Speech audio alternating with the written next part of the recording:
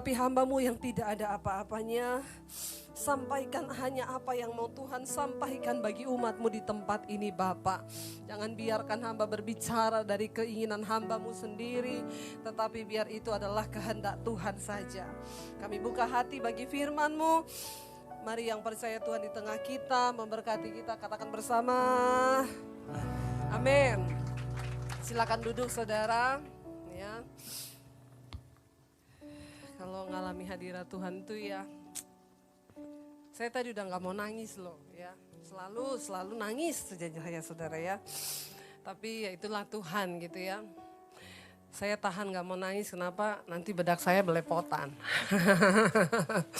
Tapi sama Tuhan gak boleh pencitraan ya saudara ya. Apa yang Tuhan mau ya udah kita ikuti saja.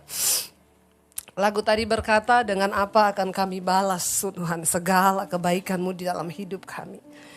Berapa banyak di antara saudara yang masih berkata Tuhan tuh baik. Lambaikan tangan. Ya.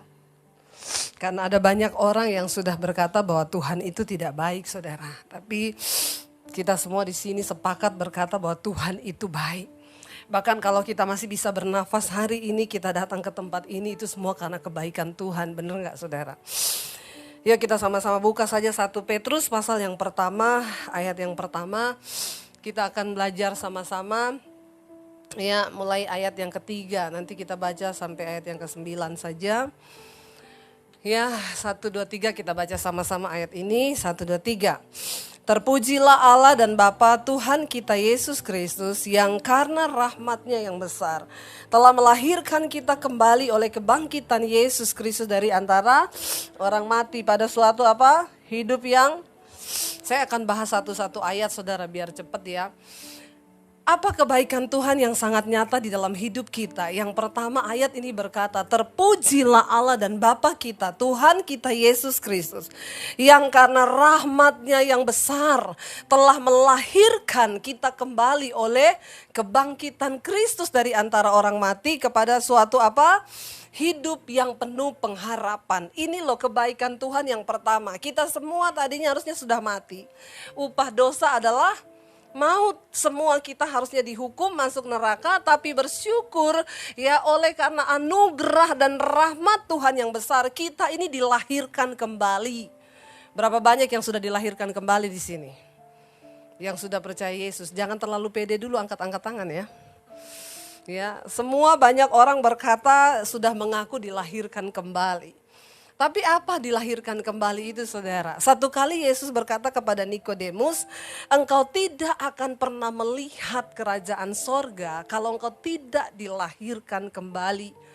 Lalu Nikodemus bertanya, loh bagaimana mungkin, saya kan udah tua, masa saya masuk lagi ke rahim ibu saya lalu saya dilahirkan? Sesungguhnya setiap orang akan dilahirkan kembali oleh firman dan roh ketika dia terima Yesus. Dilahirkan kembali artinya kita mengalami lahir baru. Yang lama sudah berlalu, yang baru sudah. Nah sekarang saya mau tanya, yang sudah tadi mengaku lahir kembali, berapa banyak yang hidupnya sudah baru? Di sini. Kalau masih lama-lama jangan angkat tangan saudara ya. Saya masih merokok, saya masih bersinah, saya masih ini, ada orang berkata begini, orang Kristen itu kok sok kudus ya, di gereja itu sok benar. Saya mau bilang yang masuk surga itu orang benar, yang masuk surga itu orang kudus, bukan yang sok kudus, sok benar. Kita memang harus kudus, jangan main-main sama Tuhan saudara.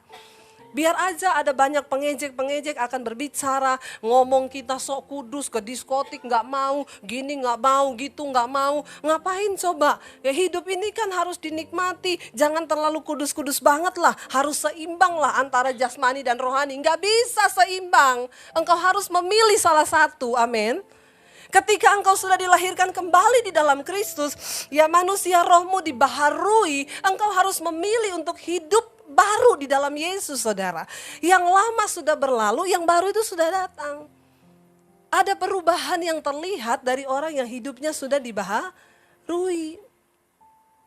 Dulu sukanya maki-maki orang ya, kalau ngomong omongan kotor, semua suami istri kalau berantem semua yang kotor keluar. Setelah terima Yesus sekarang kok beda ya. Istrinya marah tetap dia bilang, kamu itu kalau marah-marah tambah cantik loh. Amin bapak-bapak? Bapak-bapak gak ada yang amin. Ya biarpun istri marah-marah, ngomong aja kamu kalau marah-marah tuh tambah cantik loh. Ya berubah kita kan.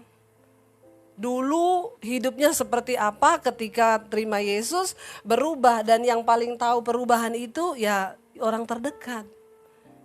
Coba istri tanya sama suaminya, sekarang mumpung ada yang berdua-dua, saya ini udah berubah apa belum? Tanya sama orang terdekat, yang paling tahu itu orang terdekat saudara. Saya suka tanya sama suami saya udah berubah apa belum? Yang terutama yang dia bilang, iya yang pasti perubahannya tambah gendut. Dan itu menyakitkan. Ya enggak saudara, dia ngomong kamu banyak berubah dari dulu pertama kita menikah, banyak berubah karena kita kan saling dibentuk. Amin. Ya dulu saya nggak mau dengar apa kata suami saudara, sekarang belajar dengar apa kata dia. Ya dia ngomong gini, oh iya dia ngomong gini, ya dia juga kalau memang ada masukan yang positif dari saya, ya kita saling mempengaruhi saudara ke arah firman Tuhan. Jadi tidak semua orang Kristen sudah lahir baru loh. Tadi semua angkat tangan waktu saya tanyakan, siapa yang sudah lahir baru? Semua angkat tangan. Sekarang saya tanya, siapa yang hidupnya sudah berubah? Turun tangan semua. Ya, nggak ada yang berani lagi angkat tangan. Kemana tadi semua yang angkat tangan itu kah? Makanya saya bilang jangan cepat-cepat angkat tangan. Tapi saudara minta sama Tuhan, kita dilahirkan kembali ya. Kita sudah ada dalam Yesus, yuk kita berjuang. Untuk bisa berubah itu, ya memang Tuhan merubah kita, tapi dia melihat usaha kita untuk berubah. Amin. Ya kita nggak bisa cuma doa di kamar, Tuhan ubah aku dalam nama Yesus. Berubah, nggak bisa saudara. Ketika engkau doa berubah, Tuhan saya pengen jadi orang yang sabar. Dalam nama Yesus saya pengen sabar. Engkau keluar kamar, engkau akan ketemu dengan orang yang bikin engkau marah. Itu jawaban doa. Loh amin. Bukankah iman itu perlu latihan saudara? Bagaimana kita bisa bilang kita jadi orang sabar kalau kita sudah melewati orang yang bikin marah. Lalu kita tetap sabar. Maka kita jadi orang sabar. Jangan banyak marah-marah saudara ya, nanti darah tinggi ya, stroke ya. Apalagi hidup ini kan singkat saudara, kita berdoa ya supaya kita ini jadi orang-orang yang belajar melakukan firman Tuhan. Alkitab bilang gini, kalau kita cuma punya iman saja itu baik, tapi setan juga percaya. Hanya ada satu Tuhan dan setan juga gemetar. Nah kalau kita cuma percaya aja sama Tuhan, gak ada bedanya kan sama setan kan? Lo bener gak saudara? Setan juga percaya loh, hanya ada satu Tuhan dan setan gemetar kepada nama Tuhan. Tapi kalau kita hanya sampai dipercaya aja, ya kita sama setan gak ada bedanya.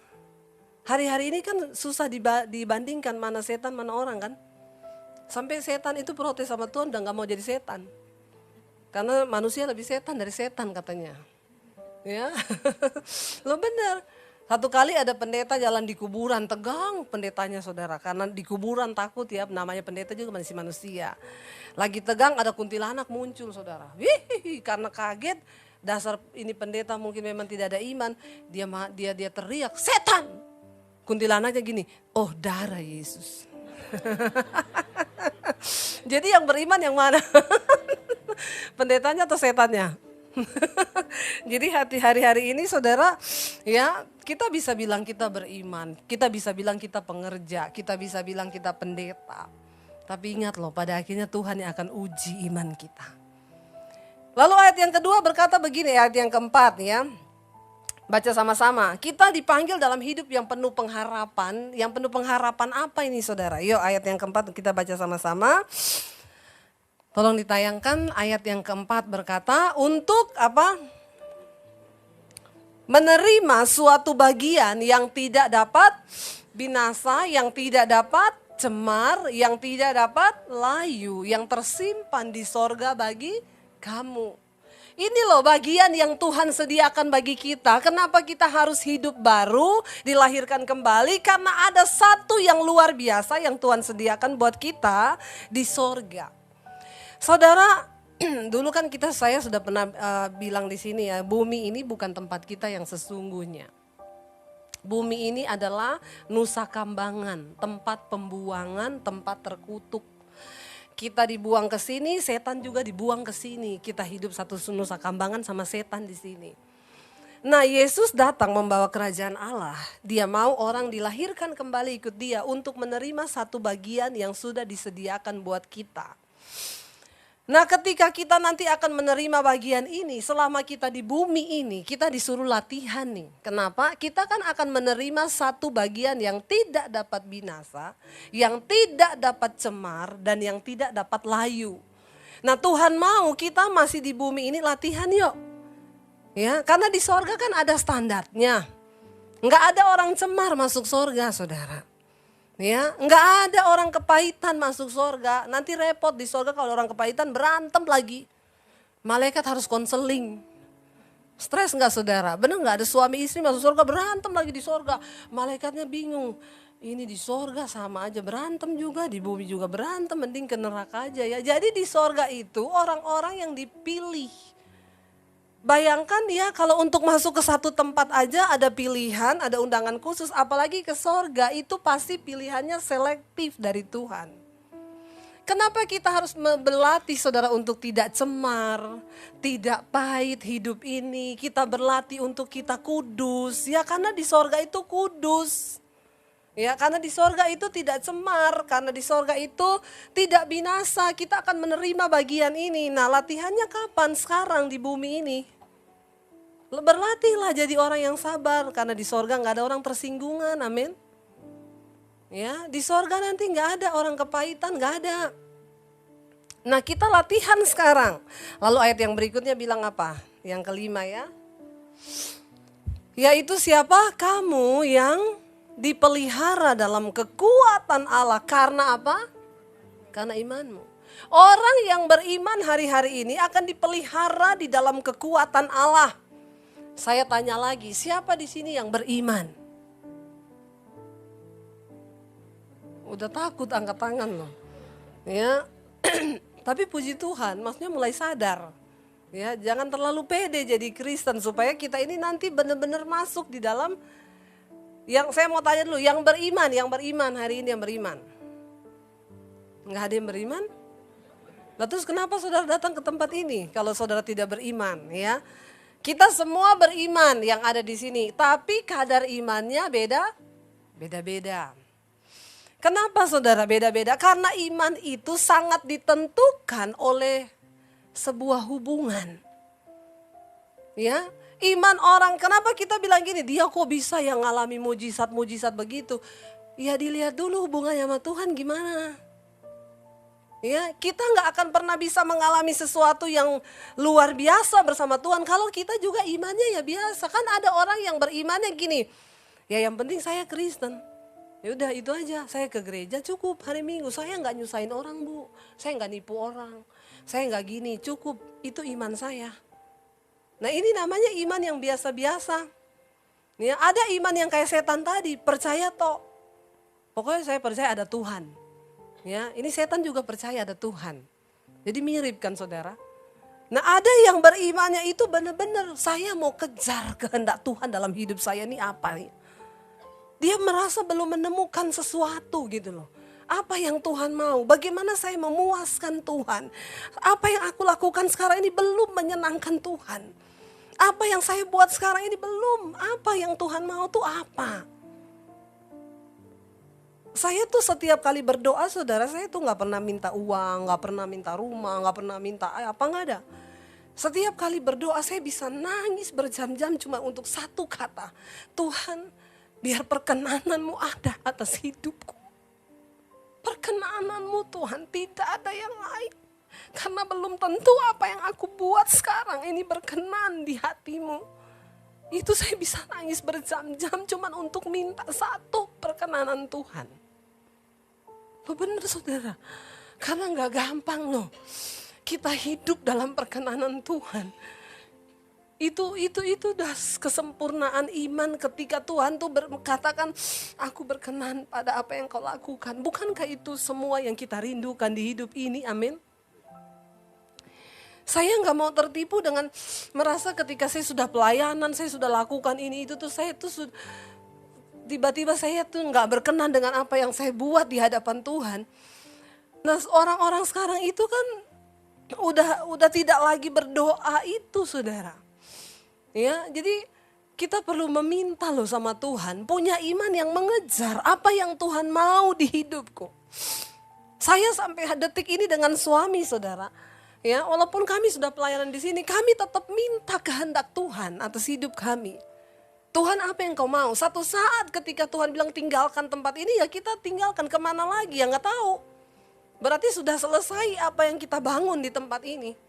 Hidup itu kalau saya melihat di dalam Alkitab, kehidupan rasul-rasul, nabi-nabi zaman dulu, mereka berjalan menurut tuntunan Tuhan. Ya, mereka bangun di sini selesai. Rasul Paulus, Tuhan suruh aku bergerak pergi ke sini.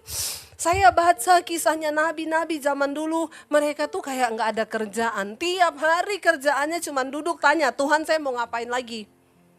Tuhan bilang kamu pergi dari sini, kamu jalan ke Damsyik, kamu ke sana, kamu ke sini, kamu nanti ketemu ini, ketemu itu.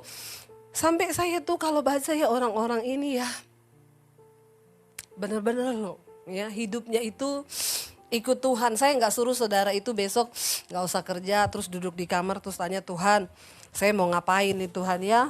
Enggak, bukan itu. Tapi milikilah satu hati yang terus rindu cari tahu apa kehendak Tuhan dalam hidup kita. Ya, punya kadar iman yang tinggi di hadapan Tuhan, saudara. Kenapa? Karena satu saat kita akan diuji. Coba nanti kita lihat ya. Kamu akan dipelihara dalam kekuatan Allah karena imanmu. Karena iman kita akan dipelihara dalam kekuatan Allah loh. Sementara apa? Kamu menantikan keselamatan yang tersedia untuk dinyatakan pada zaman akhir. Loh, kita ini kan berpikir kita sudah selamat. Tapi ini dikatakan keselamatan yang telah tersedia untuk dinyatakan. Kita masih menantikan keselamatan yang telah tersedia untuk dinyatakan pada zaman akhir. Kita ini semua masih dalam tahap menanti. Ingat, jangan tertipu. Berjaga-jagalah senantiasa, saudara. Kenapa? Karena kita semua lagi dalam proses perjalanan sampai ke keselamatan akhir. Kita belum capai garis ini. Akan ada banyak orang yang berjatuhan di tengah jalan, berguguran imannya. Karena motivasinya, karena ada banyak pencobaan. Hidup ini penuh dengan kejutan, saudara. Benar gak? Ada banyak peristiwa yang kadang tanpa kita sadari tiba-tiba datang. Hari ini kita baik-baik aja, besok belum tentu. Karena hidup ini terus berputar. Kenapa kita harus punya iman yang teguh, saudara? Karena hidup ini penuh dengan kejutan. Kita masih menunggu. Saya kaget dapat berita, saudara, teman pelayanan kami dulu di Solo. Dia pindah ke Surabaya sama istrinya. Bapak ini melayani Tuhan setia. Orangnya gak neko-neko, cinta banget sama istri, anaknya cuma satu. Mereka keluarga yang berbahagia, melayani Tuhan, kurang apa coba. Pindah ke Surabaya, tiba-tiba saya dapat kabar beberapa bulan lalu suaminya ini meninggal. Saya syok setengah mati karena waktu saya pelayanan ke Surabaya, saya masih ketemu mereka berdua dan makan sama-sama. Saya bilang, Ci, masa nggak salah sih meninggal? Nangis kan dia malam itu waktu suaminya meninggal. Iya Deb, gini. Tapi saya, kenapa sih? Ada tumor di livernya. Ya udah. Lalu waktu saya pelayanan ke Surabaya, saya telepon dia datang ke hotel, kami share di hotel, saudara. Dia cerita sama saya gini, Deb, hidup itu ya nggak ada yang tahu ya. Dulu kita sama-sama, kamu ke Surabaya telepon, saya sama suami datang, kita makan bareng ya. Tapi ya itulah hidup penuh kejutan ya. Waktu saya tiba, suami saya cepat sekali, dia nggak ada keluhan apa-apa. Satu saat dia mulai merasa sakit ya di bagian perut, lalu check up. Waktu check up dokter kaget karena ada tumor di dalam livernya dan tumor itu ternyata memang sudah tidak bisa diapa-apain lagi. Jadi dokter bilang ya ini tinggal hanya menunggu waktu saja. Dia bilang gini, waktu yang berat buat saya Dep, karena dia punya anak sematawayang perempuan saudara. Dan anak ini dekat sekali sama papinya. Dia bilang satu kali Dep, waktu saya lagi di rumah sakit, anak saya mau berangkat kuliah, pamit sama papinya di dalam kamar. Waktu dia masuk, papinya itu lagi memuji Tuhan, puter handphone sambil semua baik apa yang telah kau perbuat di dalam hidupku. Anaknya masuk, papi saya mau kuliah, oh ya udah. Dia cepat-cepat keluar, sampai di luar nangis saudara. Anak ini nangis, ya nangis sampai benar-benar termehek-mehek nangisnya. Terus maminya tanya, kenapa Ca? Tuhan tuh nggak adil, Tuhan tuh jahat mam. Papi itu orang baik loh, papi itu nggak jahat, masih banyak orang yang lebih jahat dari papi. Tapi kenapa papi yang Tuhan izinkan sakit begini? Ya memang kita ini kadang tidak bisa mengerti ya saudara. Ada orang yang diharap-harapkan mati, nggak mati-mati loh. Saking jahatnya, minta ampunnya, kita doa biar didoakan mati juga nggak mati. Tapi memang banyak orang bilang sih orang baik itu cepat mati. Karena rumahnya di surga udah jadi. Ya, yang jahat itu lama matinya saudara. Ya, bahkan meraja lagi kadang-kadang nggak mati-mati. Saya tuh kadang kalau lihat TV, koruptor-koruptor yang cari masalah itu kadang, Tuhan kenapa nggak mati aja ya? Maksudnya kena serangan jantung itu selesai, bangsa ini aman, tentram, damai. Tapi kan itu cara berpikir kita, bukan cara berpikirnya Tuhan kan begitu kan.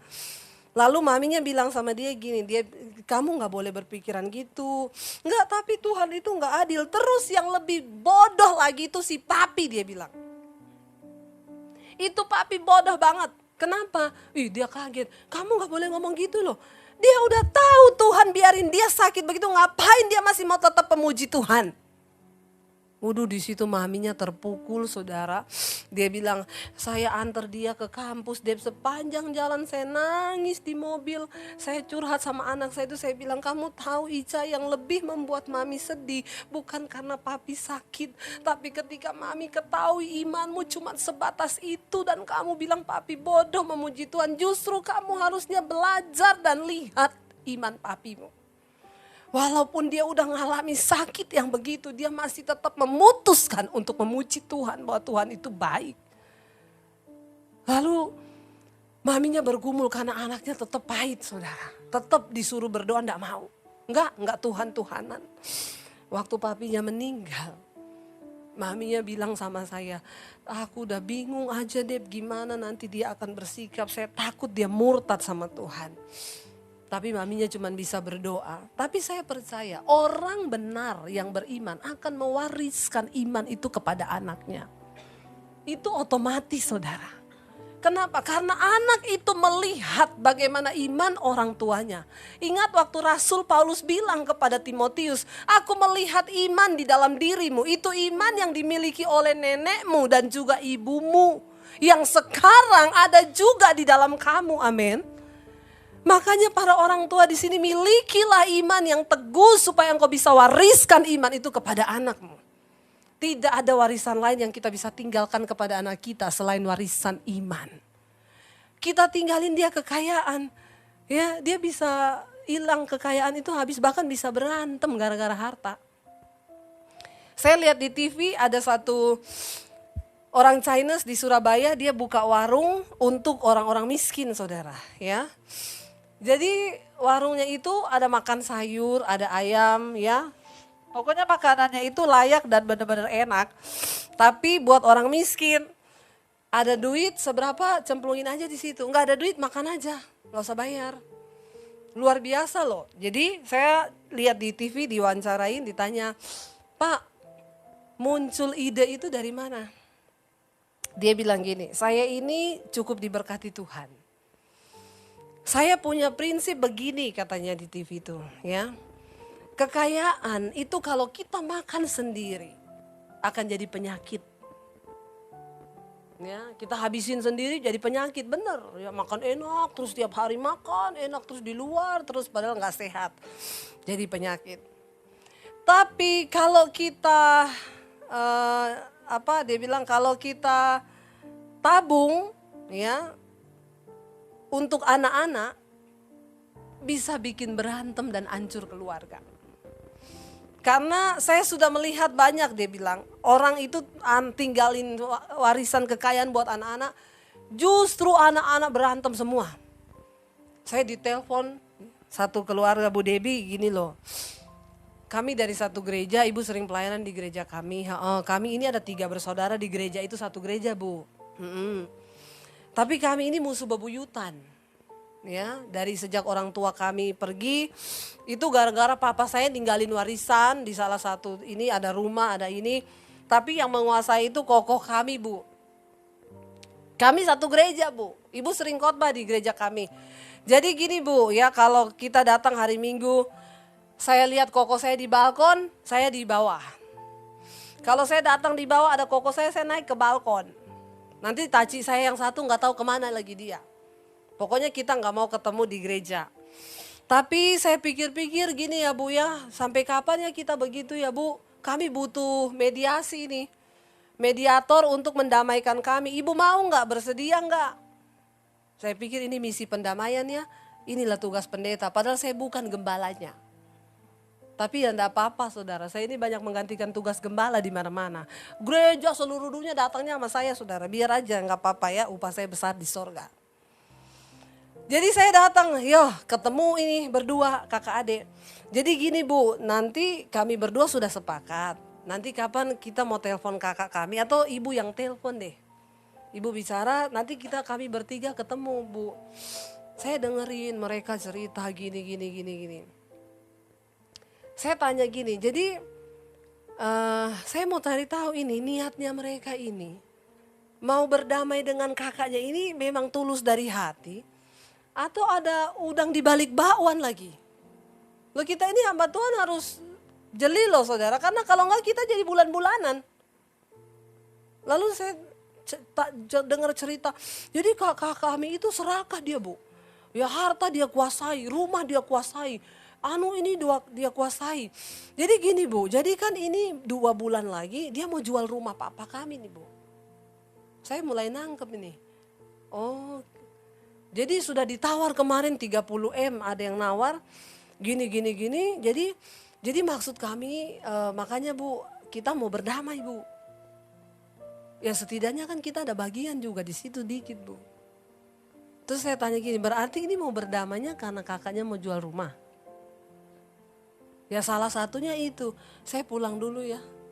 Saya bilang, saya pulang dulu, kalian berdoa lagi deh. Ya, karena saya tidak yakin sebuah niat perdamaian yang keluar dari akal bulus begini. Ini Tuhan tidak berkehendak ini. Kalian ternyata tetap karena kepingin harta lagi ini. Ya, jadi saya nggak mau. Jadi gini aja, berdoa aja dulu, minta hati dari Tuhan untuk mau mengejar perdamaian itu benar-benar karena dari Tuhan. Bukan karena ada pengen jual rumah, pengen apa, saya nggak mau, saya bilang. Ya, akhirnya dia telepon kemarin, jadi gimana ini, Bu, nggak mau, nggak. Ya, nggak mau saya. Ya, biar mau ditawari dapat berapa persen dari penjualan rumah, nggak mau. Ya, bukan itu tujuan kita. Tujuan kita ini, ya, yuk, hidup ini kan apa ya, saudara? Yuk kejar nilai yang pasti. Kenapa engkau mau berdamai? Karena Tuhan suruh aku berdamai. Bukan karena ada embel-embel yang lain. Lalu ayat yang ke-6 berkata begini, saudara, ya. Ayat 6 bilang begini, bergembiralah akan hal itu, ya. Yang tadi dia bilang itu bergembira akan hal itu akan apa? Akan keselamatan yang akan dinyatakan pada zaman akhir itu. Sekalipun sekarang ini apa? Kamu harus seketika harus berduka cita oleh berbagai-bagai pencobaan. Ada yang lagi dapat pencobaan hari ini? Yang lagi ada masalah berapa banyak? Yang lagi ada masalah. Yang lagi tidak ada masalah. Ya, saya dibuat bingung terus dari tadi ya. Sekali lagi nih, saya mau ngaku ya, coba ngaku tolong jujur ya. Saudara yang lagi ada masalah hari ini angkat tangan. Yang lagi ada masalah saja. Sayap kanan paling banyak masalah itu sana ya. Yang lagi tidak ada masalah, angkat tangan. Yang bingung angkat kaki. Mending angkat kaki aja. Ya. Yang lagi ada masalah saya berdoa Tuhan turut bekerja ya mendatangkan kebaikan. Yang tidak ada masalah saya doakan ada masalah. Kenapa? Karena ini Alkitab yang ngomong ya. Sekalipun sekarang ini kamu seketika harus berduka cita oleh berbagai-bagai pencobaan. Kita sedang menanti keselamatan yang akan dinyatakan dalam zaman akhir ini. Dia bilang bergembira akan keselamatan itu. Arahkan fokusmu pada keselamatan itu. Sekalipun sekarang ini seketika kamu harus berduka cita oleh berbagai-bagai pencobaan. Saudara, ya tadi saya bilang hidup ini itu misteri, penuh kejutan. Ya, kemarin ada teman lagi yang cerita. Bapaknya meninggal. Mendadak meninggal, ya tiba-tiba anfal dibawa lari ke Singapura, saudara. Bayar Singapuranya aja kamar untuk kamar perawatan ICU-nya 1 malam 300 juta. Ya. Bertahan hanya 3 hari. Habis 900 juta bertahan 3 hari lewat. Dipanggil Tuhan.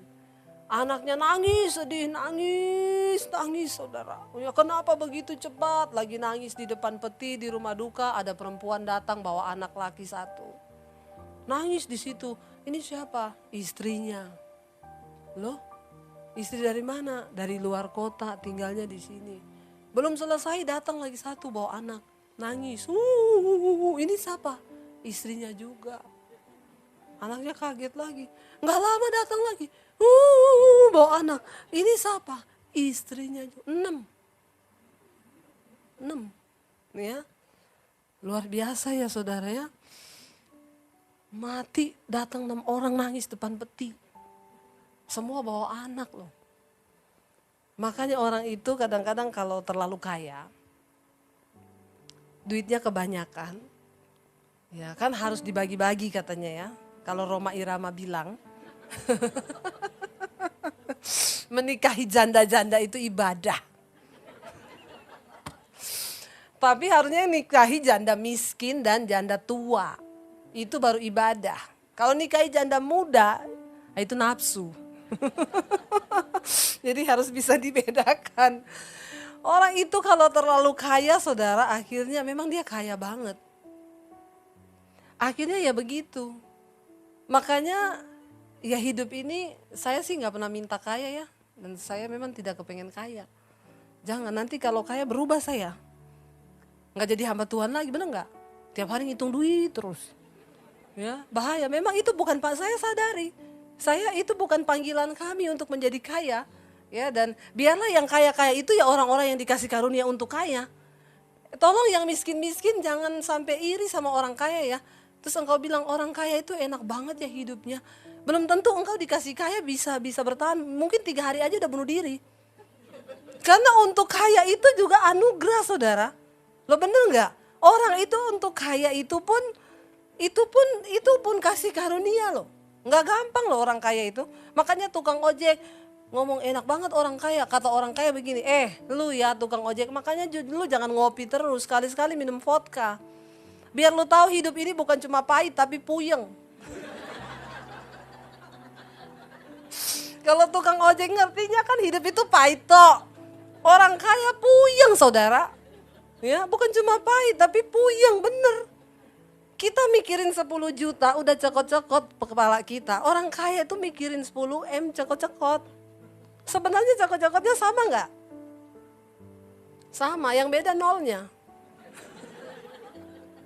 Loh bener cekot-cekotnya itu sama loh ya. Karena menurut takaran. Jadi menjadi kaya itu juga tidak gampang.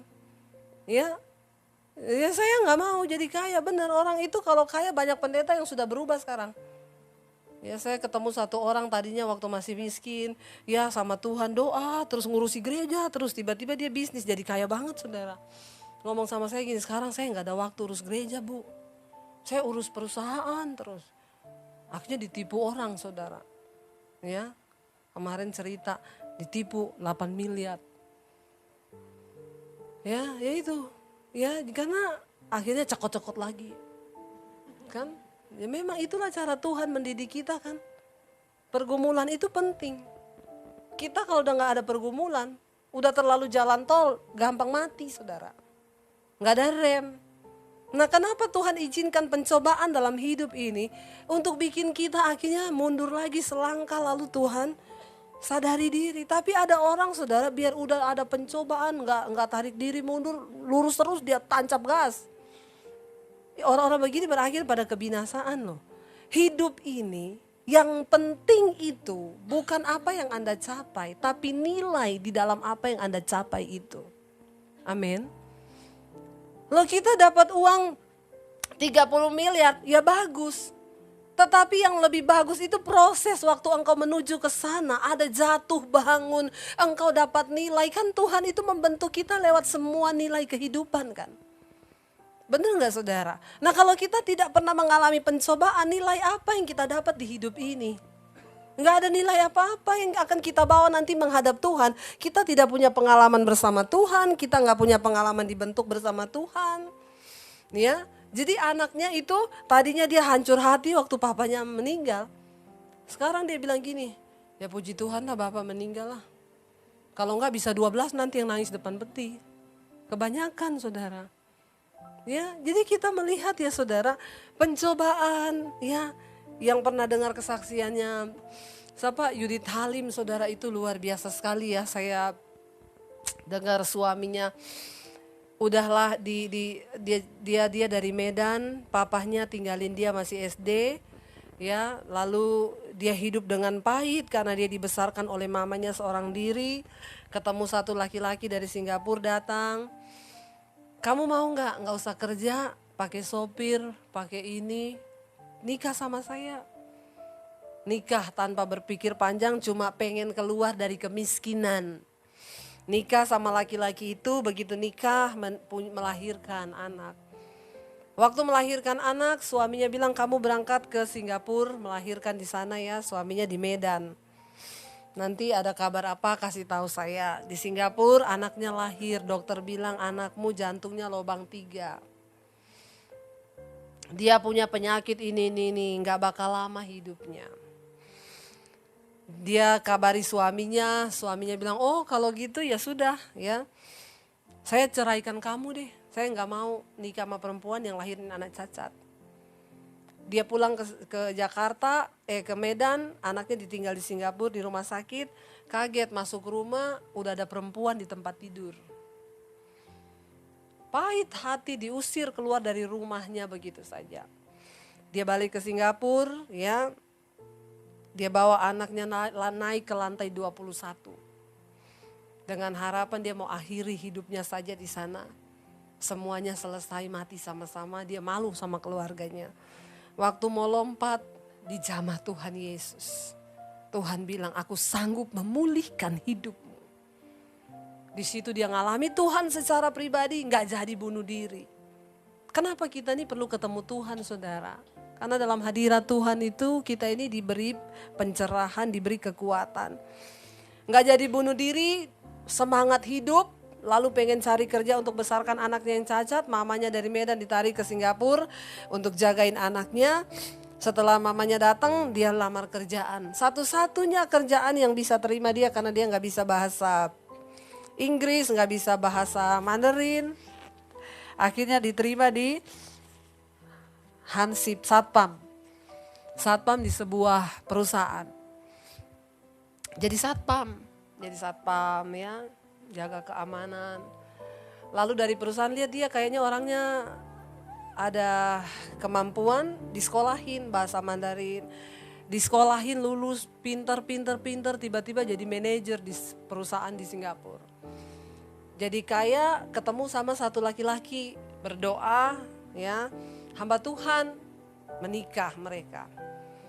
Tuhan gak pernah lihat masa lalu kita ya, yang Tuhan lihat yang sekarang. Dia dapat pendeta hamba Tuhan, sama-sama kerja tapi pelayanan saudara. Ya, mereka bekerja pelayanan, baru berapa tahun menikah, bahagia anaknya. Tiba-tiba anaknya waktu umur 10 tahun saudara, dibawa ke rumah sakit. Dokter bilang siapin uang 300 juta. Kita operasi jantungnya. Waktu itu dia bilang, saya nggak punya uang 300 juta waktu dia belum diangkat Tuhan. Dokter bilang nggak punya uang, ya sudah pulang. Tinggal tunggu kapan dia mati. Dia bilang, Tuhan, aku punya Tuhan yang hidup. Tuhan yang sanggup. Tiba-tiba satu malam Tuhan jamah anaknya. Tuhan bilang, kamu bawa dia ke rumah sakit periksa. Periksa saudara, dokter kaget. Itu jantungnya baru, gak ada lubangnya satupun.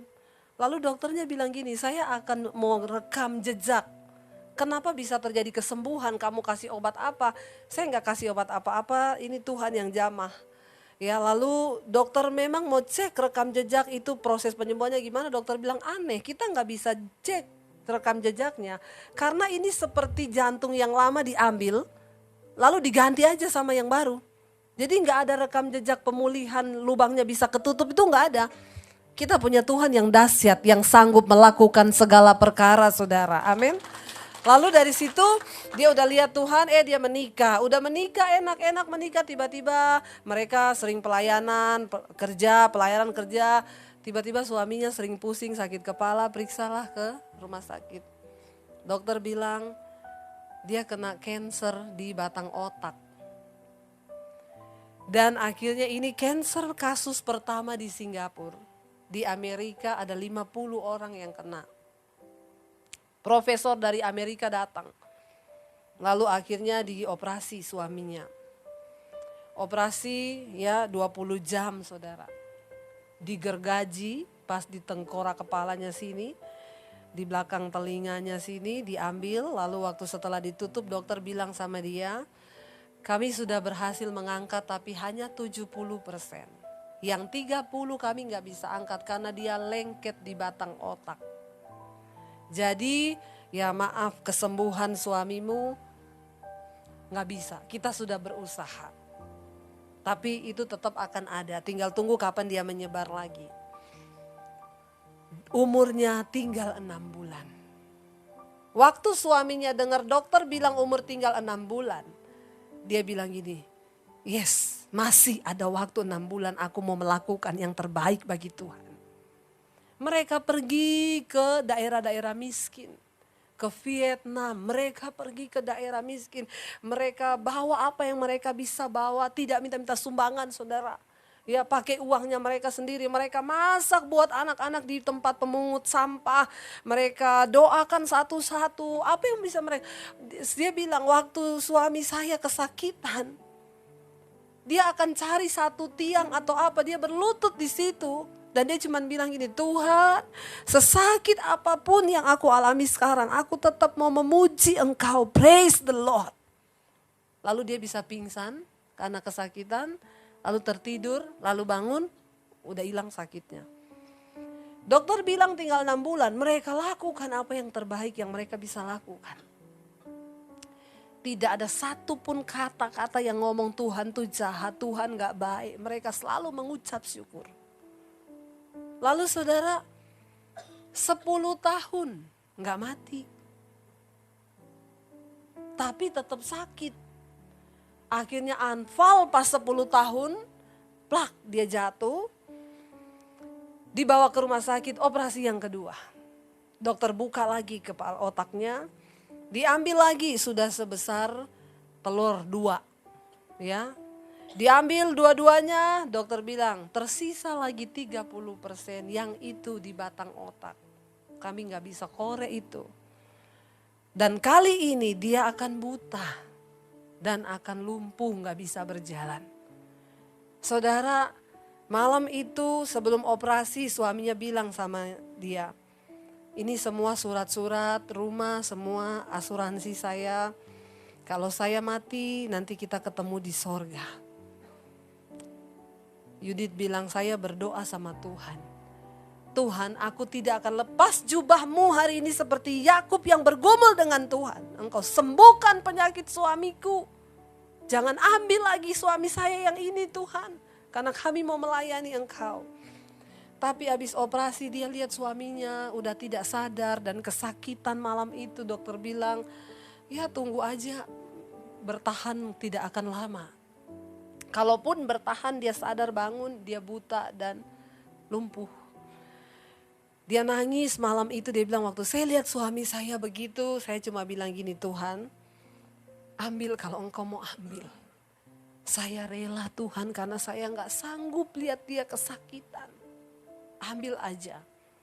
Malam dia tungguin suaminya di ruang VIP, dia tidur di ruang tamu, kelihatan saudara, tiba-tiba tengah malam suaminya lompat bangun dari tempat tidur sambil Yudit kaget, suaminya teriak, Jesus here, Jesus here, Jesus here.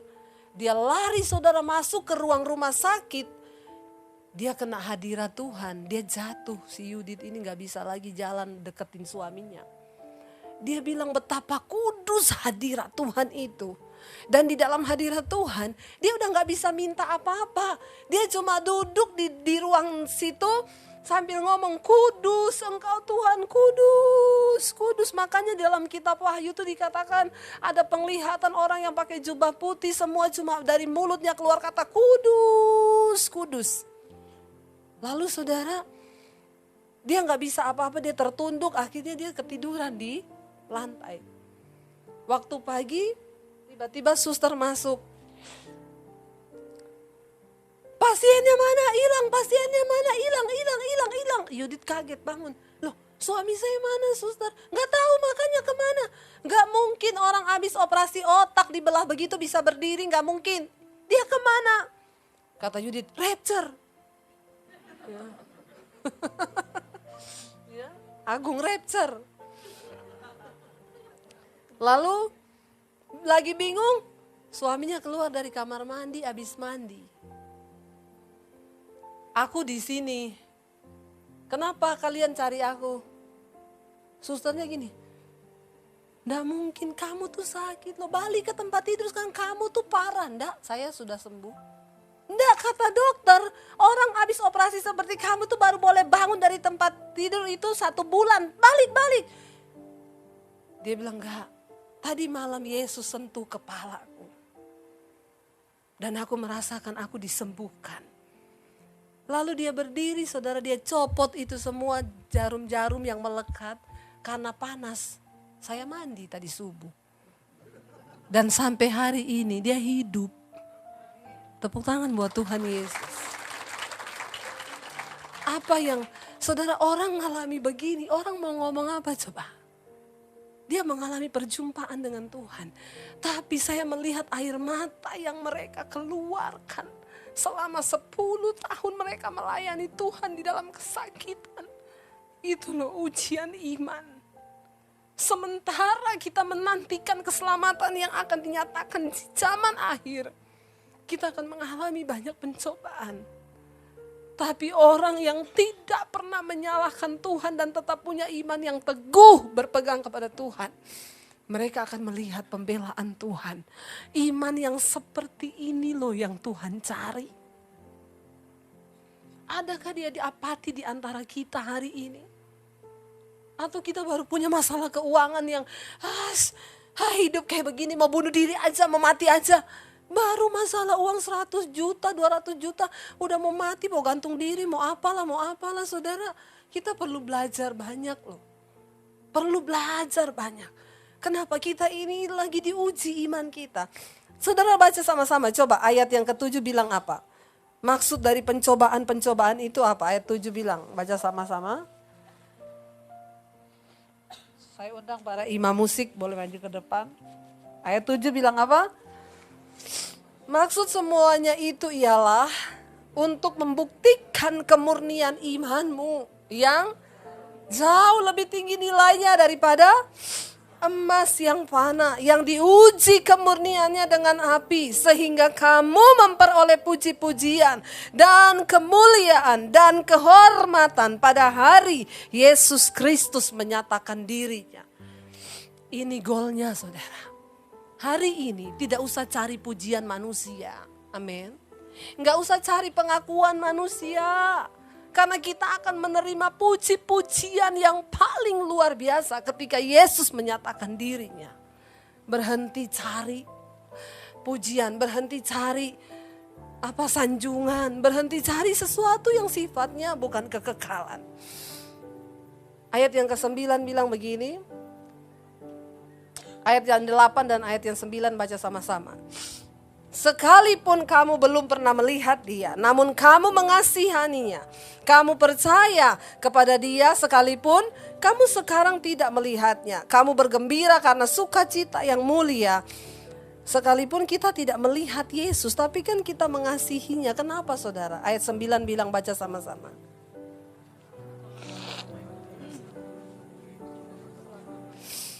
Karena kamu telah mencapai tujuan imanmu, yaitu keselamatan jiwa. Apa tujuan kita beriman? Supaya jiwa kita diselamatkan. Itu saja, nggak ada yang lain. Biar hari ini kita bilang sama Tuhan, Yesus pegang erat tangan kami. Kami tidak bisa hidup di luar kasih-Mu Tuhan.